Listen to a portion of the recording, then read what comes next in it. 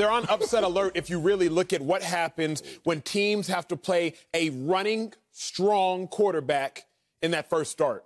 So you play defense, I play defense. Let's introduce the viewers to some things they don't necessarily know of. Defense. What you do when you play an opponent is you look at 4 weeks of game tape. Yep. That's a game cycle. That's the cycle. So if I am preparing to play the New Orleans Saints, I'm looking at their last 4 games. I'm studying their offensive formations, studying the running back formations, studying the receivers formations. I don't care about 5 games ago. I don't care about 6 games ago. Preach. If I have spare time, I might go that far back, but I'm studying the last 4 games. Talk your talk. Well, the last 4 games, you see Trevor Siemian. You also see an 0-4 Saints team. So when studying the last 4 games, you might be ill-prepared to go against the Saints team you are going to see today. You might be ill-prepared to go against the Saints team that you're actually going to have to go against. History has shown us with running quarterbacks that if you go up against them, they end up playing their best games and go to work against you. I'm going to show you what the big board sell. You going somewhere? First lap. Illustration situation. Oh, did y'all catch that? I almost just died. That Achilles said, hello. A lesser athlete would have fallen. Okay, here's a little bit of the history of the matter. Here's why the Cowboys are on upset alert. All you have to do is look at running quarterbacks in their first starts and how they fared compared to how they typically fare going forward. Let's talk about Lamar Jackson, 2018. He takes over for Joe Flacco. His first start, 119 rushing yards, 68% completion percentage. He came out the gate swinging. Now, we know Lamar Jackson is great, but the rest of his career, he doesn't rush for that many yards a game, but as a defense, you don't know what you're preparing for. How about a couple years later, Jalen Hurts? He's playing against the New Orleans Saints. He takes over for Carson Wentz. His first start, the Eagles upset the Saints in one of the biggest upsets all of last season. 106 rushing yards, 83 passer rating. Look at Jalen Hurts' averages. They're still okay, but not nearly that first start big bang effect. Only 55 and a 75 passer rating. Okay, let's look again at Cam Newton more recently. Remember Cam Newton, his first start, I'm back. 4.7 yards per rush, compared to just 3.9 the other 2 games. Remember Cam, 116 passer rating in his first start, but only a 68 passer rating. But now let's talk about the person in question, Taysom Hill. Remember Taysom last year, he had to take over for Drew Brees. Drew Brees got hurt. Taysom Hill in that first start, 108 passer rating, 2 rushing touchdowns. His other 3 starts, 93 passer rating, 2 rushing touchdowns combined in 3 games as opposed to 2 in that first 1 game. As a defender, if you are preparing for an individual which you have no film on, and that individual has the ability to run the ball and throw the ball, history shows us in the NFL, plus personal experiences always shown me that they can get you. Lamar Jackson did it. Jalen Hurts did it to the Saints. Cam Newton did it to the best team in the league, the Cardinals. And Taysom Hill did it all of last season. Maybe he'll do it tonight. So, where you at? Tremendous insight over here. Watch your step. I almost died. Watch your step, young Pep. I almost died right there. That might have knocked your hips back into alignment since obviously you retired because they was out of alignment. Woo! Acho. Where you at, big dog? Cowboys not on the upset alert tonight. That was tremendous, though. You know why? Because it took me back to the locker room. You talk about the film cycle, the 4-game sample size that we use to give us some evidence to understand who our opponent really is. And I love the fact that you highlighted, like, this is going to be a different team with Taysom Hill versus the team we're going to see on the film cycle from a Dallas Cowboy. Respect to that. Here's the problem, though. They're going to beat the Saints. Now, Taysom Hill may be running around doing his gadget, utility belt. Hey, I'm all these superheroes. They're going to beat the team. They're going to beat the Saints. Okay. Cowboys will beat the Saints. Let me tell you why. Because one man can't do it by himself, and Taysom Hill can't do it by himself. There's an indictment on Taysom Hill, whether it's true or false. He's been locked up as a fringe starter, a tremendous backup, a utility player, whatever that is, right? But that's the indictment, right? We're going to lock him up for that. That's who he is. We're not going to act like now he's going to come out there and do something that the Dallas Cowboys have not seen before, because Taysom Hill's not a rookie. So when you say first game starting, yeah, but this is not your first game you've started. And we know who you are. So, you know, I used to hate these weeks. We got the 4-game sample size. Look at the team. Make sure you look at your opponent, your lineman, and all that. And they got a new quarterback, so we got to go way back, 2020, 2019. We're looking at this dude, we're like, who did? We got to add it all. So this is going to be a long, short week for the Dallas Cowboys. That said, you said that 4-game sample size, that 4-game cycle of film. You know the Saints have lost the last 4 games. So you look at that, you say, interesting. What else am I seeing? Them lose by double digits, 10 points per game. Saints giving up over 30 points a game since week 9. I think they're just a dispirited team. I just think that right now the pilot is not lit on the Saints because they don't have Jameis Winston, because they have suffered injuries, because they have now flipped the page for a Jameis Winston, Michael Thomas reunion next year, knowing that they have a strong defense, knowing that they have a tremendous culture, and knowing that the future is still bright. But right now, presently, I think this is more of like almost damage control. Instead of going out there with your true backup, you just say, hey, break glass in case of emergency. Come on, Taysom, do what you do and hope for things, not really believe in things. Let's go here, Sel. I know you know this. I'm going to remind you all of this. Everybody but Saints fans and Marcellus Wiley, I am convinced know what I am about to tell you. Okay. The Eagles were on a 4-game losing streak with Carson Wentz last year before playing the Saints. Eagles went out there and threw out this Jalen Hurts guy. We had some film on Hurts from Alabama, had a lot of film on Hurts from Oklahoma, knew that Hurts was a little bit of a runner, but he's a second-round pick. He wasn't a Joe Burrow type. He wasn't Tua. He wasn't Herbert. He's a second-round pick. What's he going to do? He went up against New Orleans, 106 rushing yards, pretty competent performance. Somehow the Eagles shocked a Saints team that was atop their division at the time. Remember, the Buccaneers had all those losses.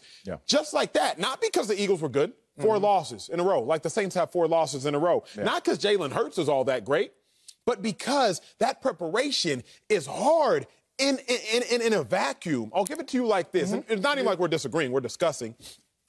The top 2 rushing offenses, Lamar Jackson's offense and Jalen Hurts' Eagles offense. Now, mind you, the Eagles have not had a 100-yard rusher all season, but Jalen Hurts commands the #1 rushing offense with the Eagles, and Lamar Jackson commands the #2 offense. Okay, y'all bear with me here. Let's go. Kyler Murray commanded the #7 rushing offense when he was in Arizona prior to being injured the first 8 weeks of the season.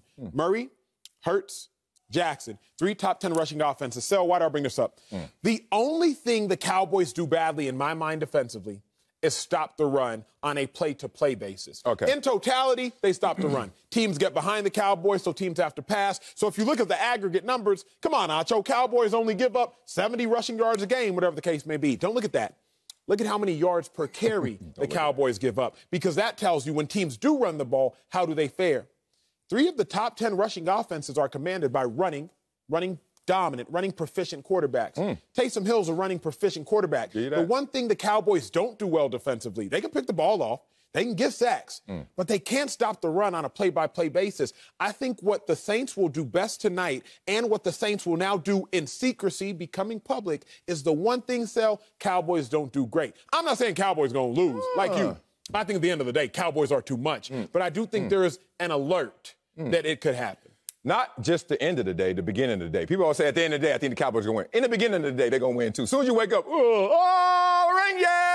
yeah, ooh, Cowboys up. And then you're going to go to bed, Simba. And they're going to still be up. They're going to beat this team. It's just that simple. And let me tell you why. Because the Cowboys' strength, that's actually the New Orleans Saints' weakness. Let's look at them defensively of late, since we're going to use this sample size, right? Cowboys, if you look at them, #1 offense and #2 scoring offense, say score points.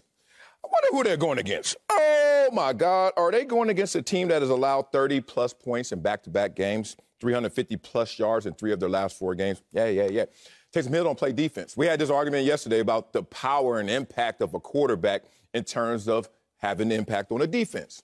He's going to have some, because of the time of possession and running the football, he's going to have some impact on the defense. But he ain't going to save them boys. Them boys got to save themselves. And Dak Prescott right now, leading this offense, is going against their weakness. Now, obviously, they don't have a quarterback that they believe in the future in terms of franchise quarterback. He's hurt right now, Jameis Winston. But if the defense right now is going to take a punch, and it's the strongest punch the Cowboys can throw, with Amari Cooper back, with CeeDee Lamb back, with the #1 offense, with the #2 scoring offense, bruh, I just think this is just a bad mismatch. Here's what we know, though. And I don't think you'd be surprised if the Saints jumped out to a 10-0 lead because Taysom Hill marches down the field, 8 plays, he rushes for 50 yards on that drive, and they get a touchdown. All of a sudden, something happens. That's why I like... Scramble drill, yeah, all that you never know what could occur. But I'll give it to you now in a non-football term. There's a reason, so many people take the SAT, ACT, GMAT, MCAT, LSAT more than one time. Okay. And on average, you do significantly better when you take it the second time. SATs, they improve by 60 to 70 points when you take it the second time. Why? Because the first time, you ain't really know what to expect. Yeah, no, right. Bro, I remember sitting in there, and I was like, wait, time's up already? I got to move on to the next section. I ain't even finished answering the question. First time I took the an IQ test, when I was standardized test, I was like, wait, my 12 minutes done? Like that. Because you didn't really know what to expect. Yeah. I think against the Saints team, the Cowboys might be like, whoa, Taysom Hill, zone read already? Like that? Yeah. Taysom Hill, I thought he was going to go through his reads. Coach, he just checked his first read, tucked it, and started running. The Cowboys will recover by the second quarter, third quarter, fourth quarter. But I just know that when you're playing a team or a player you haven't necessarily scouted, boy, they can come out there and get you. And we saw it, whether it's the playoffs with Taylor Heineke, whether it was Wolford even going out there and somehow making a little bit of magic with his Wolford legs. Reserve, yes. Like, I take a double. Yeah, I remember that dude. Like, we've seen it time after time. So many people are like, man, this backup really came in ready. He must have practiced hard all week. No, the defense just had no idea what they were going to go up against with this backup quarterback. Cowboys have somewhat of an idea. We've seen Taysom Hill before. But we also have seen Cam Newton before. Yeah. And Cam Newton still went out there and balled his first time out. Facts. And since then, it's been all kind of downhill. Yeah. A couple of questions. Usually I just like to interrupt or just interject or just, inject some humor, some levity while you're talking. Trying not to throw you off track, but still get my jokes off. You know me, I can't live without my jokes. But I can't take any more of that second-round slander. I let you talk about Jalen Hurts in totality, and you always say, like, he was just a second-rounder. You're looking at another second rounder. Like, put a little more respect on the second round, please. We ain't first rounders, but we ain't trash. Okay. What'd you get on that IQ test you keep talking about? I got a 118. 118? The borderline for, like, very, very brilliant is 120. I know. Very, very. And so you're kind of brilliant? Yeah, I'm going to break it down. Next block, I'll tell you all the breakdown. Damn, I want to take that test. Okay, that's cool. All right, that's all I had. You see, you like it the other way, right? You'd rather me interrupt you than just doing it as a little block. Okay, here we go. Let me talk to you about the most important thing in my world, the most beautiful thing I've ever seen, the most impressive thing I've ever witnessed.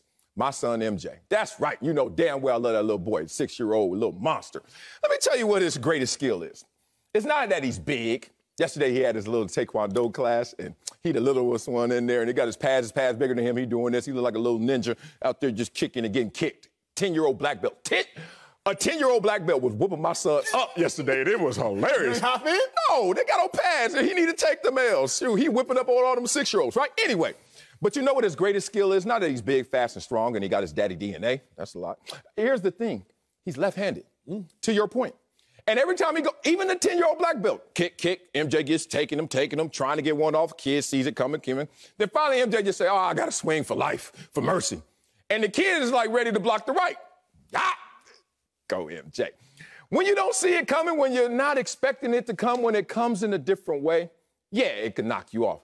But let me tell you what happened after MJ got that one punch off. That black belt started whooping up on my boy again, knowing that now, here come that left, right? That's the Dallas Cowboys. Okay, Taysom. Oh, excuse you. Whop, whop, whop. That's going to be the rest of this game if you talk about it. I got a question and a statement. Okay. The question is, how long will it take the Cowboys to recover to Taysom Hill's left hand? I'm not going to lie, a quarter and a half. Like, it's not just the speed, but like you said, the play breakdown. No one can practice play breakdowns. And I hate when they always say, we grabbed the backup receiver to simulate the quarterback on the other team. We figured that out. Man, stop. First of all, the backup receiver can't throw like Taysom Hill. Second of all, if he can run like him, it doesn't matter because he's not going to run in the context of the plays we're going to see on the field, first and second quarter, crowd around us, energy flowing. So I think it's going to take him a quarter and a half to realize, okay, let's bottle up the gadget guy. Now, what's up? Statement. Above a 130 on the IQ test, 2.2% of people, very gifted. 120 to 130, 6% of people, gifted. 111 to 120, 15% of people, above average intelligence. So I guess I'm in the 23rd percentile. Oh, that's still major, though. No, it's not good enough.